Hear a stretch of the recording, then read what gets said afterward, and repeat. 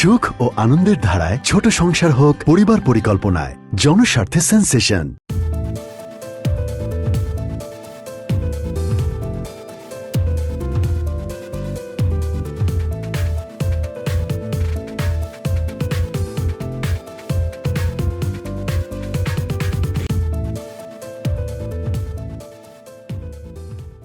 শুভেচ্ছা প্রিয় দর্শক, আপনাদের সকলকে সেন্সেশন প্রেজেন্টস তারকা কথনের আজকের আয়োজনে। তারকাদের নিয়ে কথা বলি আমরা দুপুরের এই সময়টাতে, তাদেরকে স্মরণ করি, তাদের কাজ নিয়ে কথা বলি, নতুন কাজের কথায় আমাদের দুপুরের সময়টা আসলে ভরপুর থাকে। আজকের এই সময়ে আমরা স্মরণ করব এমন একজন শিল্পীকে যার সুর, যার গান প্রজন্ম থেকে প্রজন্ম জাদু ছড়িয়েছে, নতুন একটি ধারা সৃষ্টি করেছে, আমাদেরকে বলেছে বেদনার রংটা আসলে নীল হয়, আমাদেরকে চিনিয়েছে রূপালী গিটারের শক্তি। বলছি আমাদের ব্যান্ড সঙ্গীতের রাজপুত্র আয়ুব বাচ্চুর কথা। তার গানগুলো এখনও আমাদের হৃদয়ে আছে, কখনো প্রেম হয়ে, কখনো বিরহ হয়ে, কখনো অপেক্ষা হয়ে, কখনো অনুপ্রেরণা হয়ে। সে মানুষটাকে আজ আমরা স্মরণ করব, তার সম্পর্কে জানার চেষ্টা করব কিছু কথা আমাদের আমন্ত্রিত অতিথিদের কাছ থেকে। এবং আজ তার জন্মদিনের এই ক্ষণে হয়তো সে মানুষটি আমাদের মাঝে নেই, তবে স্মৃতির ভাণ্ডার কিন্তু রয়েছে অসংখ্য। এবং তার রূপালী গিটারকেই আসলে স্মরণ করে আমরা পুরো আয়োজনটি আজ উপভোগ করব। আমাদের সাথে রয়েছেন সঙ্গীতের আরও একজন বিশেষ মানুষ, ভীষণ প্রিয় একজন মুখ, বরেণ্য সঙ্গীত শিল্পী ফেরদৌস ওয়াহিদ। এবং আমাদের সাথে রয়েছেন তরুণ প্রজন্মের আরও একজন জনপ্রিয় সঙ্গীত শিল্পী, নতুন তারকা সাবরিনা সাবা। শুভেচ্ছা দুজনকেই। মূলত একজন মানুষকে স্মরণ করব আমরা, একজন শিল্পীকে স্মরণ করব আমরা, কিন্তু মূলে থাকবে কিন্তু সেই সঙ্গীত ভাবনাটা, তাই না? যে সঙ্গীতের সাথে আপনারা দুজনও ওতপ্রোতভাবে জড়িত।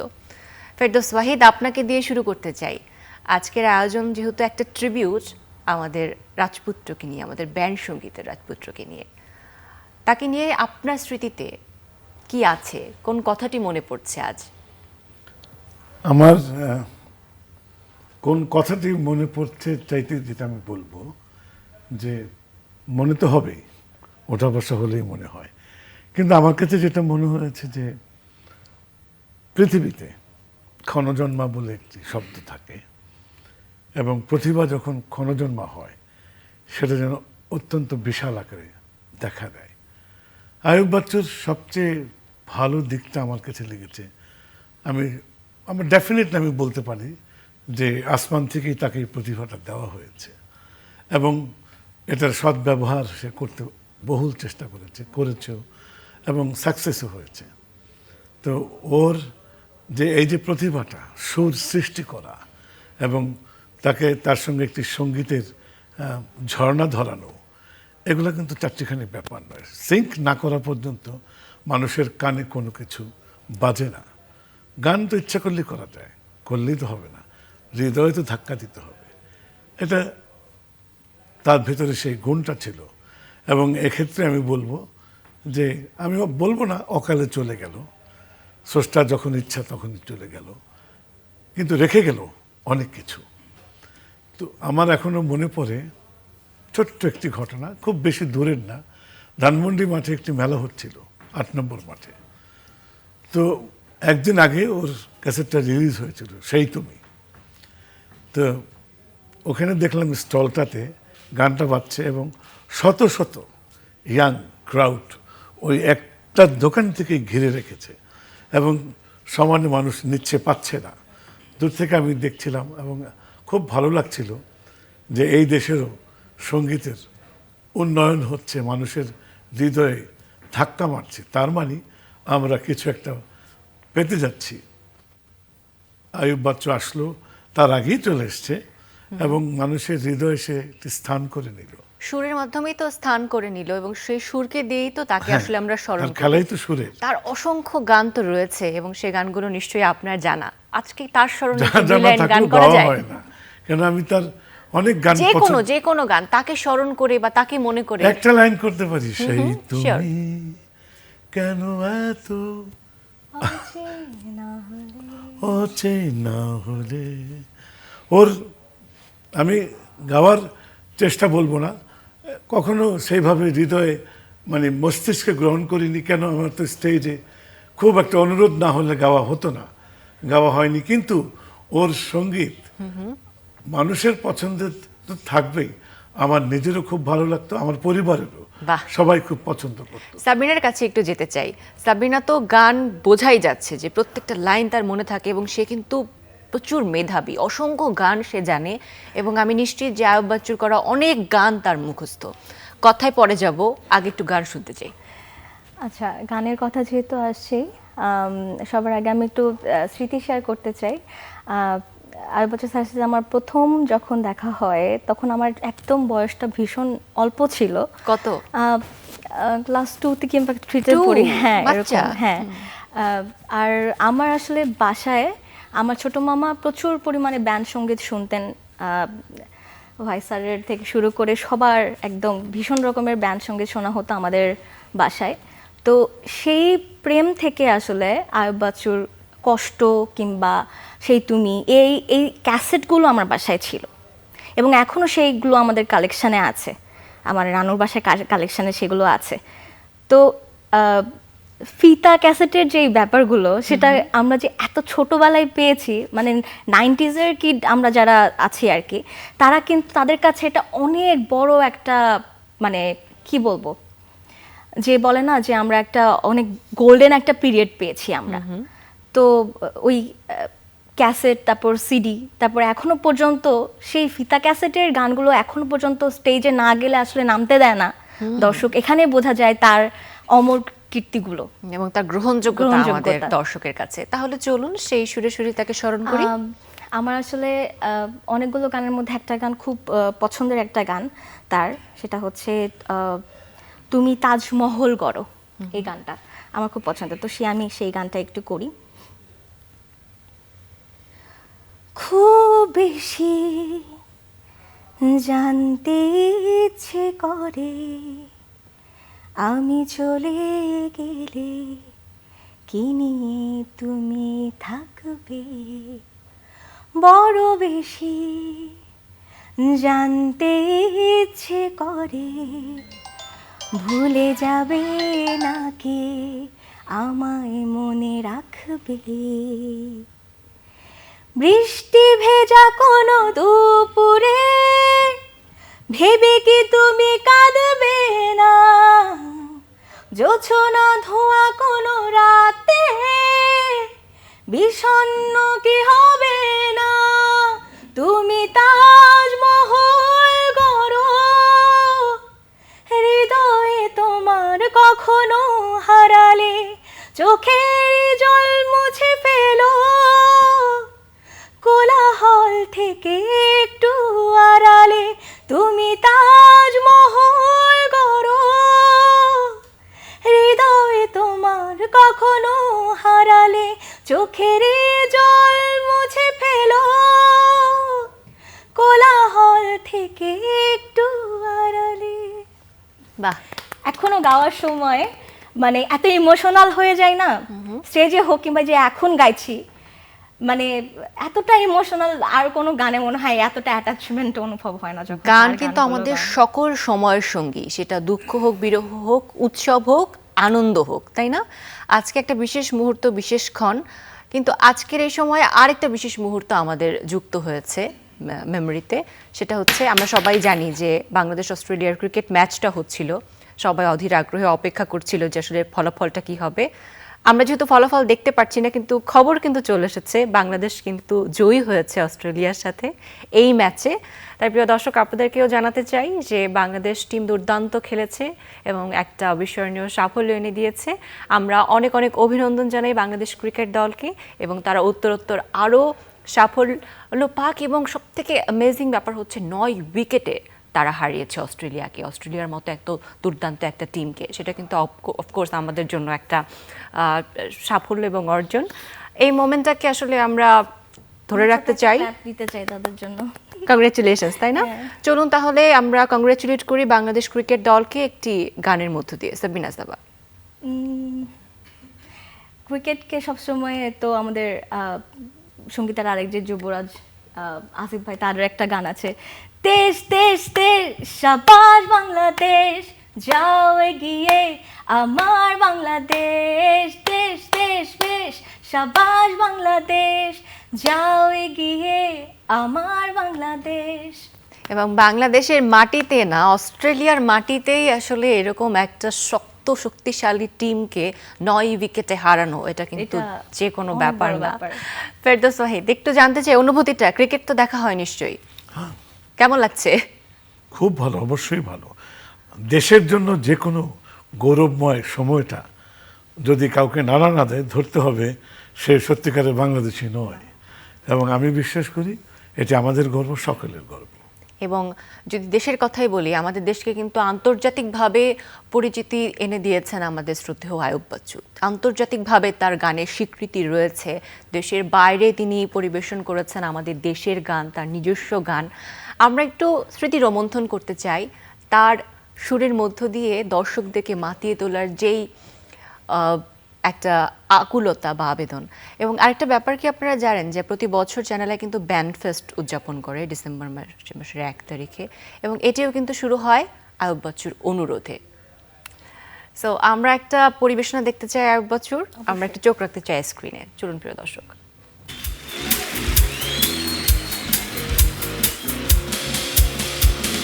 আকাশে তারা তুই একা তুলিসে, কিন্তু বৃষ্টি কিছু করে। আকাশে তারা তুই একা তুলিসে, কিন্তু বৃষ্টি কিছু মরে ওরে।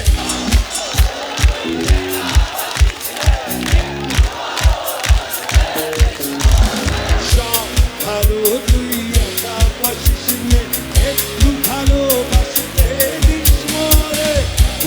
ছোটা তুই একা পোহাই।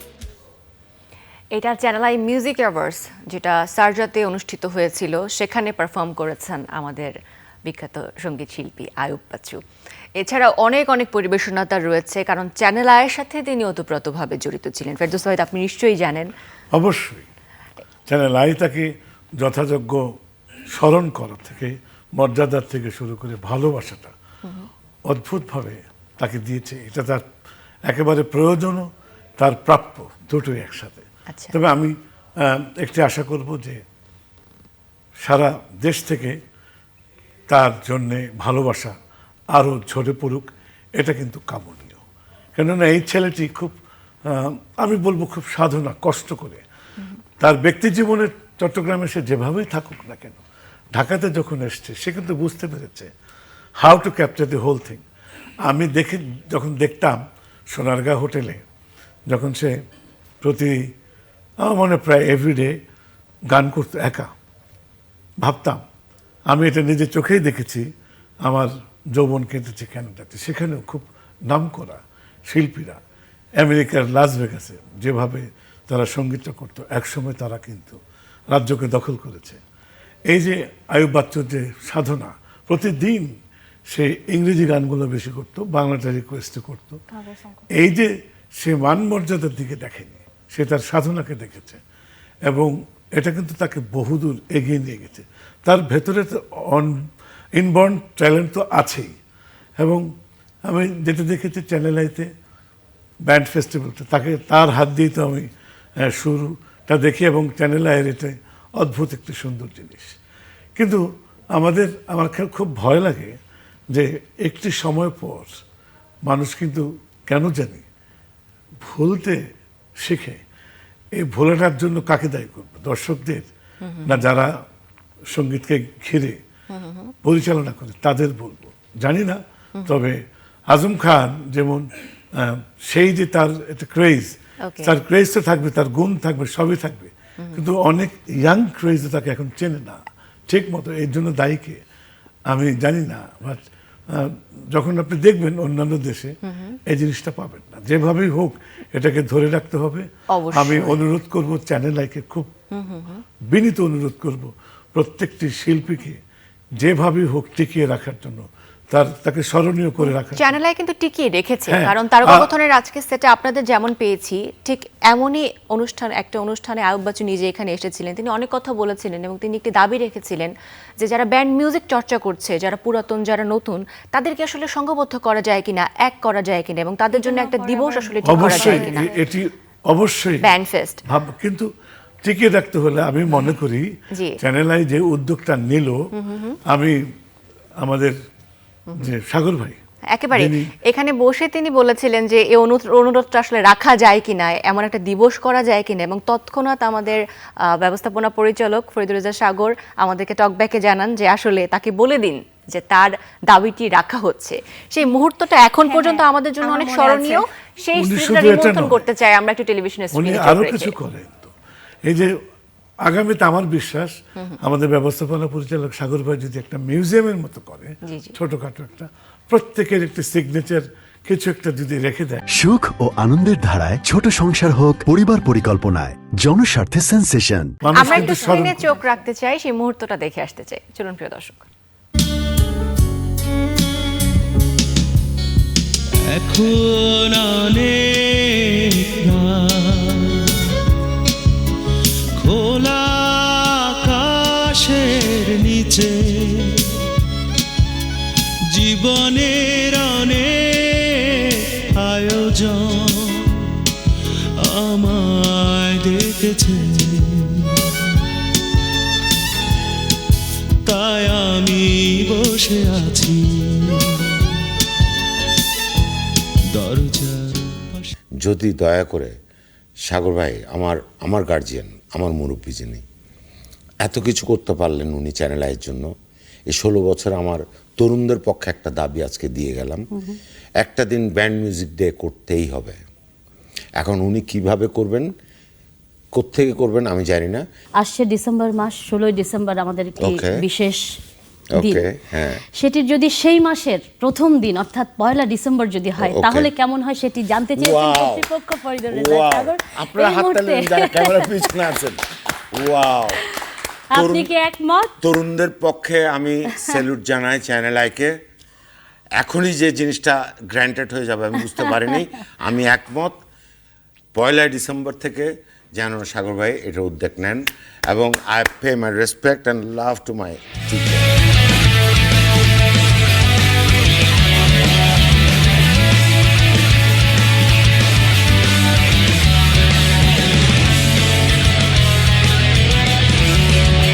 ব্যান্ড মিউজিকের একটা ইতিহাস। আজকে থেকে প্রতি বছর ডিসেম্বর বিজয়ের প্রথম দিন, বিজয়ের উল্লাসে ব্যান্ড মিউজিক মেতে উঠবে। এটাকে ব্যান্ড মিউজিক ডে বলা হবে ডিসেম্বর 1 তারিখ। We have got the best from Channel I. Would love to put our big hands for Channel I.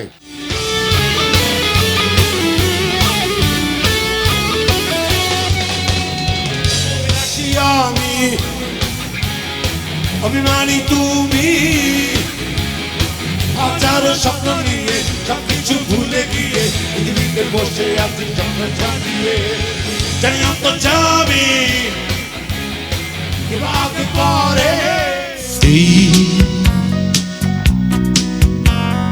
Rupali guitar ফেলে একদিন চলে যাব দূরে।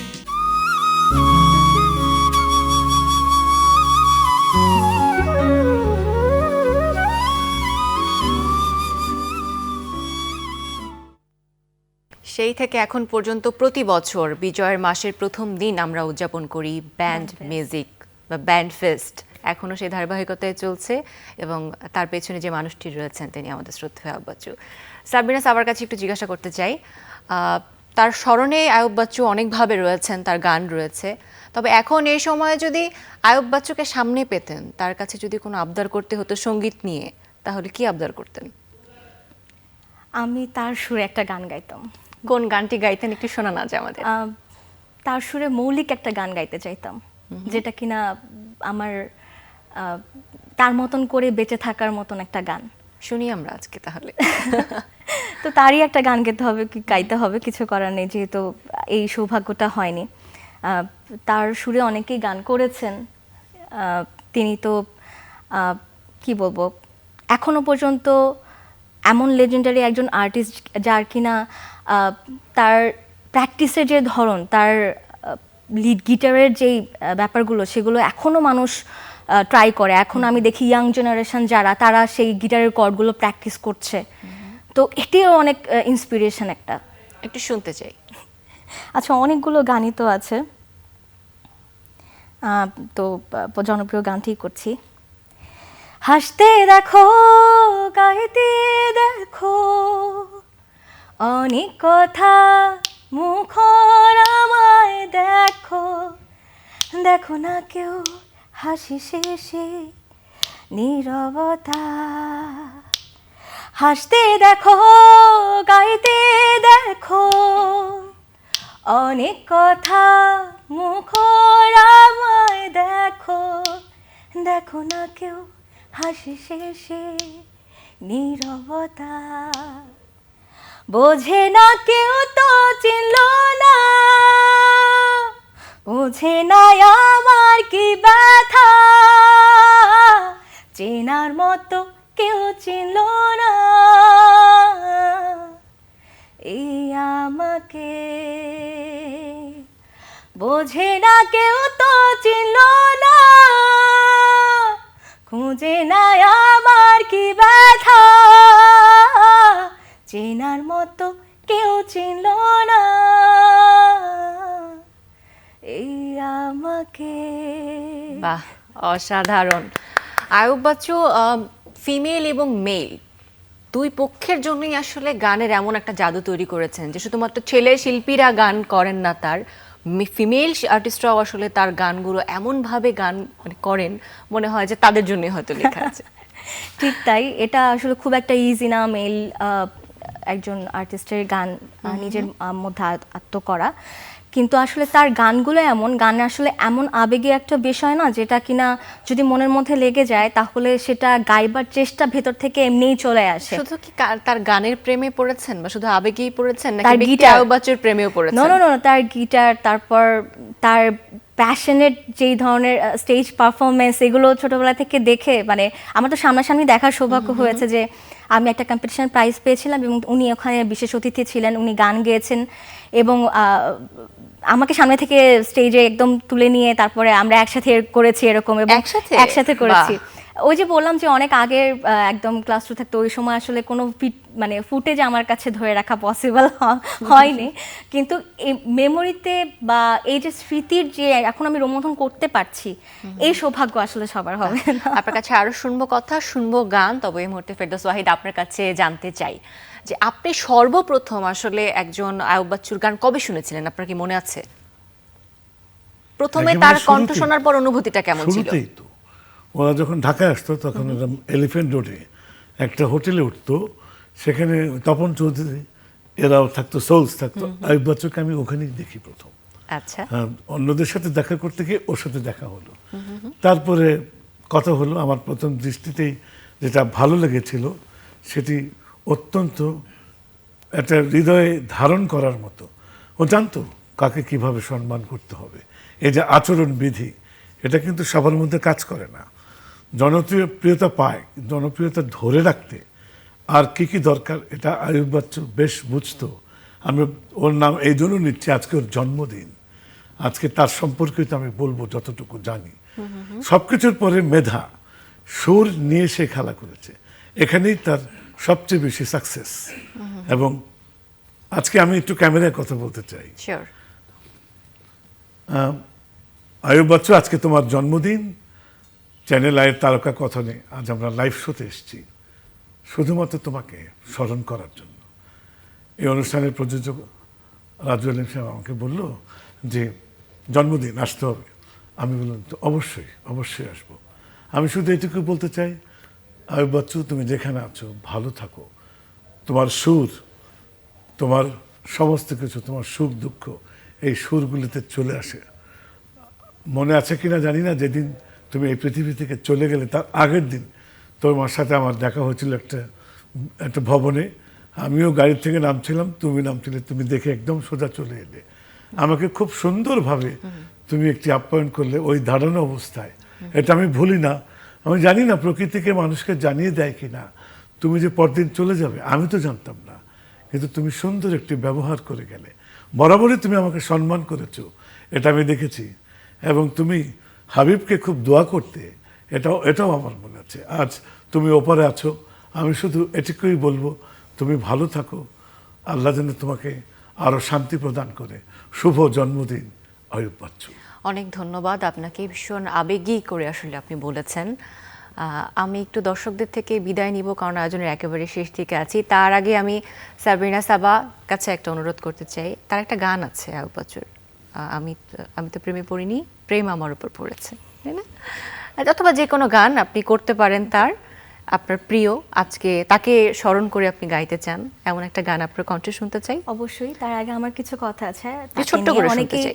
অনেকেই জানে না যে তার সে এত ভালো একজন মিউজিক ডিরেক্টর ছিলেন, এবং সেই সাথে বাংলাদেশের প্রায় জনপ্রিয় বেশ কয়েকটা ইংলিশ জিঙ্গেল বলবো কিংবা বাংলা বেশ কয়েকটা জিঙ্গেল কিন্তু তার, এবং হচ্ছে বেশ জনপ্রিয় প্লেব্যাকও তিনি করেছেন কিন্তু। ওকে, আমরা শুনবো কথা হয়তো আগামীতে আরও, কিন্তু আজকে গান শুনতে শুনতে বিদায় নিব। দর্শকদের থেকে ছোট্ট করে বিদায় নিতে চাই। দর্শক, এই ছিল আমাদের আজকের আয়োজন, আশা করি ভালো লেগেছে। আবারও আমরা শ্রদ্ধাভরে স্মরণ করি আমাদের ব্যান্ড সঙ্গীতের বরপুত্র, আমাদের রাজপুত্র আয়ুব বাচ্চুকে। তিনি ভালো থাকুক, শান্তিতে থাকুক, সেই প্রত্যাশা করি। যাচ্ছি সাবার কাছে। আসলে সেই তুমি ছাড়া তো আসলে, কিংবা চলো বদলে যাই ছাড়া তো আসলে একদম অসম্পূর্ণ লাগবে, সেটাই আমরা গাই, সবাই মিলে গাই। জি। সেই তুমি কেন এত অচেনা হলে, সেই আমি কেন তোমাকে দুঃখ দিলে,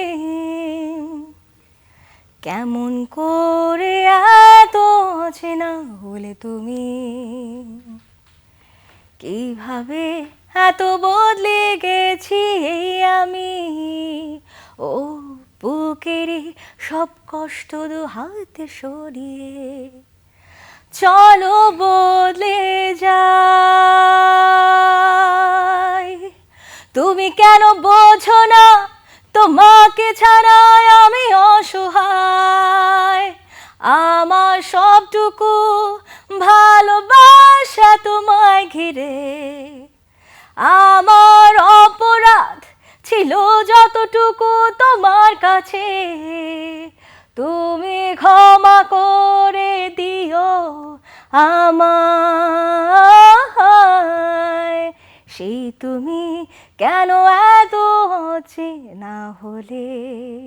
সুখ ও আনন্দের ধারায় ছোট সংসার হোক পরিবার পরিকল্পনায়, জনস্বার্থে সেন্সেশন।